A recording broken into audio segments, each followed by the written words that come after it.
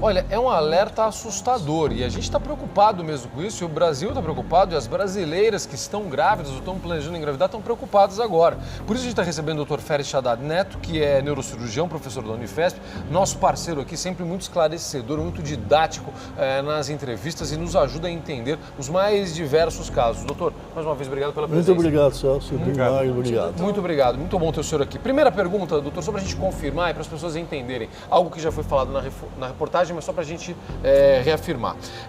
O Zika vírus é mesmo o causador da microcefalia ou isso ainda está em estudo? Pode ser o causador?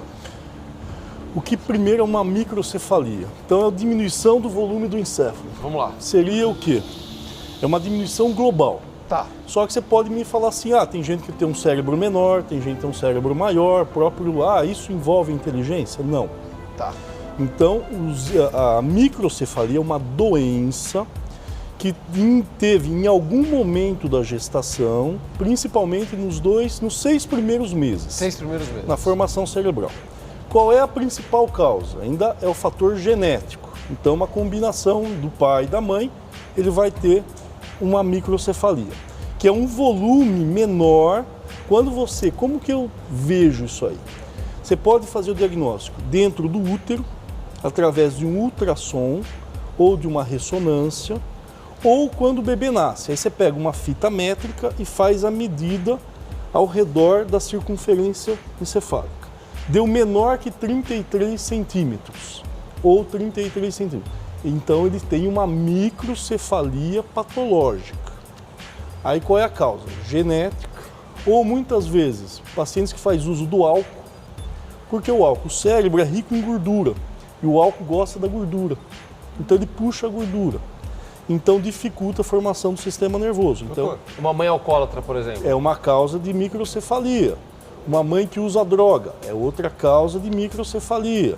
Radiação é outra causa de microcefalia. Então nós não podemos esquecer essas causas. Outras que são importantes também é o quê? Toxoplasmose, sífilis, citomegalovírus. Por quê? Por isso que a mãe tem que fazer a vacinação e estar em dia. Tá. Porque pode ter microcefalia por isso. Essas são as causas conhecidas? Conhecidas. Tá. Agora, por que... Só que o que é a microcefalia? Você tem uma lesão no cérebro. O que agora tem o Zika vírus? Porque essa suspeita foi que começou a ter um aumento muito grande, de um espaço de tempo muito pequeno, de um número de microcefalias. E aí foi dosado no líquido amniótico. Quando a mãe está durante a gestação, você tem um líquido que protege o feto. Certo. Como no cérebro, você tem um líquido que envolve o cérebro para proteger. Foi dosado esse líquido e constatou um grande número de Zika vírus. Então, por isso a suspeita do Zika vírus ser a causa de microcefalia nesses pacientes, nesses Doutor, bebês. essas crianças que têm a microcefalia, o que ela vai ter dificuldade depois? Quando crianças, quando adolescentes ou quando adultas, o que ela causa? Então, aí, Edu, o que acontece? Depende da parte do cérebro que afeta. Se afetar a área motora, por exemplo, ele tem dificuldade motor, ou sensitiva, ou principalmente de cognição. Seria muitas vezes a pessoa com retardo mental, dificuldade de locomoção, fala, audição, visão. Muitas vezes, hoje, é porque não chama atenção, na maior parte das vezes, uma pessoa que perde a visão por toxoplasmose. Então a mãe contraiu toxoplasmose, entrou em contato com o gato, tudo. A criança nasceu com a perda visual, só que não é constatado. Muitos não fazem o teste visual na criança. É constatado 6, 1 ano e depois isso não chama atenção. Então, na realidade, ela tem uma microcefalia com uma alteração visual. Nossa, e o Zika vírus, então, ainda está sendo estudado. Pelo que o senhor falou, existe essa grande possibilidade de ser uma das causas, mas ainda está sendo estudado. É isso, né, doutor? Mas é forte a chance de ser, por quê?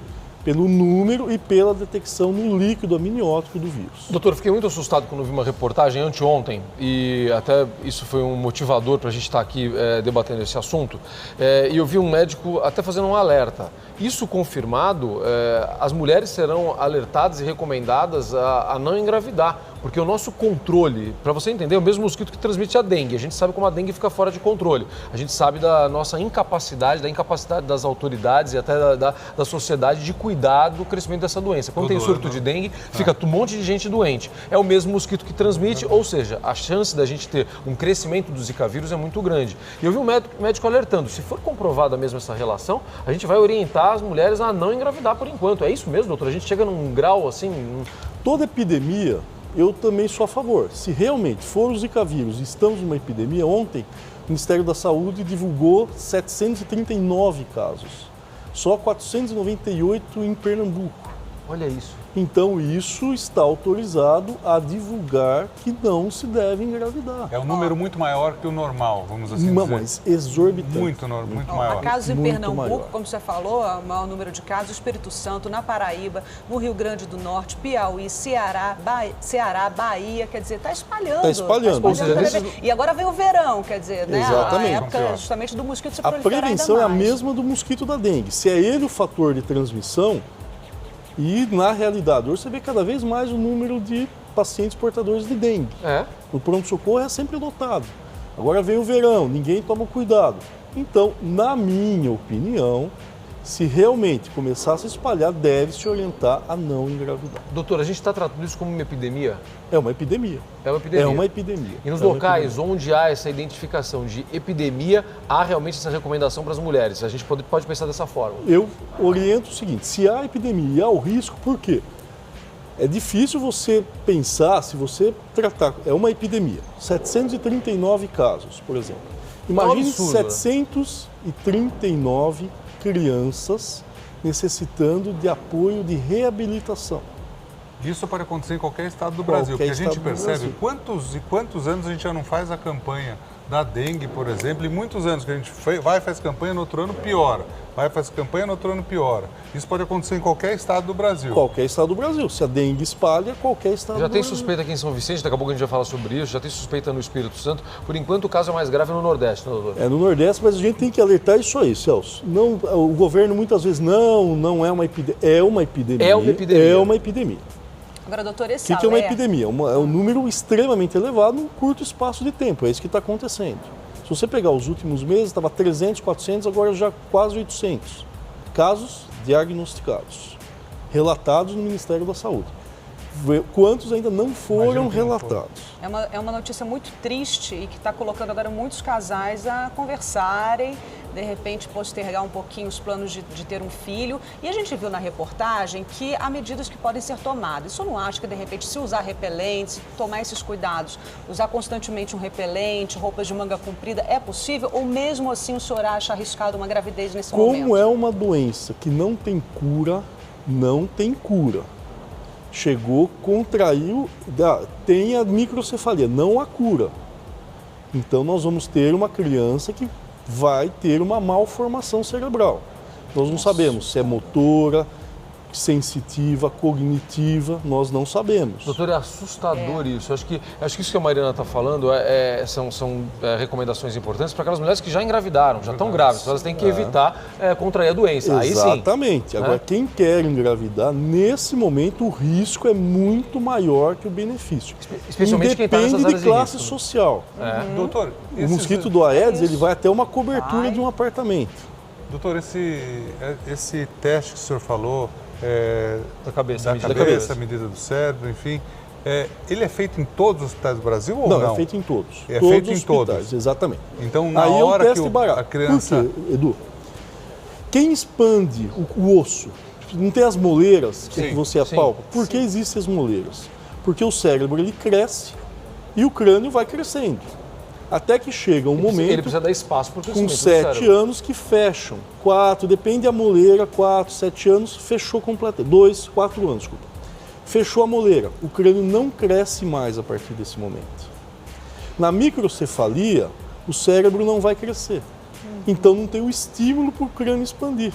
Então por isso que ele vai ficar com o crânio reduzido. E aí você faz o quê? Vamos supor, estou num hospital privado com todos os recursos. Aí faz um ultrassom morfométrico, uma ressonância magnética. Você consegue fazer um diagnóstico mais precoce. Você não tenho nenhum tipo de recurso, estou na periferia de um grande centro, mas que eu não tenho recurso. Nasceu, aí a medida é com a fita métrica. Se não tiver um ultrassom, pelo menos. Olha, a gente está falando especialmente essa preocupação maior, o doutor já explicou para a gente. Hoje, os números assustam na região Nordeste, mas há uma explicação, um medo grande disso correr para todo o Brasil, como aconteceu com a dengue. Então, vamos deixar uma coisa muito clara aqui. Isso, de fato, aconteceu com a dengue, é o mesmo mosquito. Ou seja, se a gente não tem controle do mosquito e ele transmite a dengue, ele pode transmitir o Zika vírus. Presta atenção aqui, foi constatado em São Vicente, aqui no litoral de São Paulo, então já estamos falando da região Sudeste, tá? A primeira suspeita de microcefalia num bebê e é mais uma suspeita relacionada ao Zika vírus. A prefeitura confirmou que a cidade teve 4 casos da doença, mas nenhum confirmado como tendo relação com o vírus ainda. Já a Secretaria Estadual da Saúde diz que não foi confirmada a presença do vírus no estado de São Paulo por enquanto. No Espírito Santo, uma suspeita de microcefalia foi notificada pela Secretaria de Estado de Saúde. Até esta quarta-feira estavam confirmados 3 casos de Zika vírus no Espírito Santo e 126 suspeitas. É disso que nós estamos falando agora, então muito cuidado. Para a gente terminar esse bate-papo com o Dr. Feres Haddad Neto, a gente vai voltar a essa conversa aqui, mas além de todo o alerta, de toda a preocupação, que realmente é assustadora, nós nos assustamos com isso, vale aquele reforço para os nossos cuidados para evitar que o mosquito da dengue continue se reproduzindo, que agora não é o mosquito da dengue só, é da febre chikungunya, não é isso? Chikungunya. E também do Zika vírus, é o mesmo mosquito, então a gente precisa combater, tomar cuidado com o depósito de água, com sobra de água. Tem uma campanha que eu tenho ouvido no rádio agora, super forte, sábado da faxina, não sei se vocês ouviram. Vamos aproveitar o sábado para reunir, para limpar, para tirar a água que fique sobrando ali e que cria todo esse ambiente para o mosquito continuar causando tantos problemas para a gente. Então vamos tomar muito cuidado, a coisa está ficando mais grave, gente. Temos que acabar com esse mosquito. Essa a regra, não é isso? Essa é a regra. E a outra coisa também é que é um vírus oportunista na realidade. Como o HIV, por exemplo. Perfeito. É um vírus oportunista. Eu posso ter, você pode ter e não se manifesta. 80% das pessoas que têm não apresentam manifestações clínicas. 20% apresentam. É um vírus. Que quando você tem sintomas de vírus, febre intermitente, baixa, uma dor no músculo, uma dor na articulação, uma dor de cabeça. Essa é uma característica de vírus. Doutor, às vezes a gente confunde isso com uma gripe, né, doutor? É uma gripe. Na realidade, seria entre aspas, como se fosse uma gripe. Só que qual é a diferença? Você tem que sempre pensar, se é um vírus oportunista, quando ele se manifesta? Quando cai a resistência imunológica. Perfeito. Quando cai? Estresse, má alimentação, uso de medicamentos. Então é isso que também tem que se estudar, por quê? Porque é um vírus oportunista. Perfeito, doutor. Está aqui o alerta, portanto, é muito sério o assunto. Nosso compromisso com você, compromisso do melhor para você, com você aí de casa. A gente vai voltar a esse assunto, a gente vai falar mais sobre isso. Doutor, mais uma vez, obrigado pela presença, pela aula que o senhor nos deu aqui. Eu que agradeço, que isso. Mais uma vez. Obrigado.